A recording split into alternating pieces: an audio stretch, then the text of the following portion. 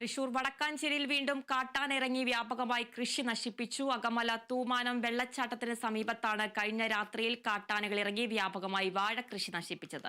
ഈ മാസം 2ാം തവണയാണ് അകമല ജനവാസ മേഖലയിൽ കാട്ടാനകൾ നാശം വിതയ്ക്കുന്നത്. പ്രദേശത്തെ ചേപ്പലക്കോട്, പട്ടാണിക്കാട് റോഡ് എന്നീ പ്രദേശങ്ങളിലും കാട്ടാനകൾ കൃഷിനാശം വരുത്തിയിട്ടുണ്ട്. കർഷകരായ ജിജോ പാലത്തിങ്കൽ, സാബു കൊട്ടാരത്തിൽ, പത്മനാഭൻ കക്കൂത്ത്, രമ ഈച്ചരത്ത്, രത്നാകരൻ കക്കൂത്ത് എന്നിവരുടെ പറമ്പിലെ മുഴുവൻ വാഴകൃഷിയും കാട്ടാന ചവിട്ടിമെതിച്ചു. പലരുടെയും തൊടിയുടെ അതിർത്തി വേലികളും കാട്ടാനകൾ നശിപ്പിച്ചിട്ടുണ്ട്.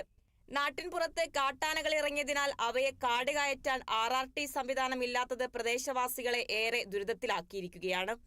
പട്ടാണിക്കാട് മേഖലയിൽ വൈദ്യുതവേലി സ്ഥാപിക്കൽ പ്രവർത്തികൾ നടക്കുന്നുണ്ടെങ്കിലും ഇതുവരെയും കമ്മീഷൻ ചെയ്യാത്തതും മേഖലയിൽ കാട്ടാനശല്യം വർദ്ധിക്കാൻ കാരണമാകുന്നു എന്ന് പ്രദേശവാസികൾ ചൂണ്ടിക്കാട്ടുന്നു. Kerala vision news, Thrissur.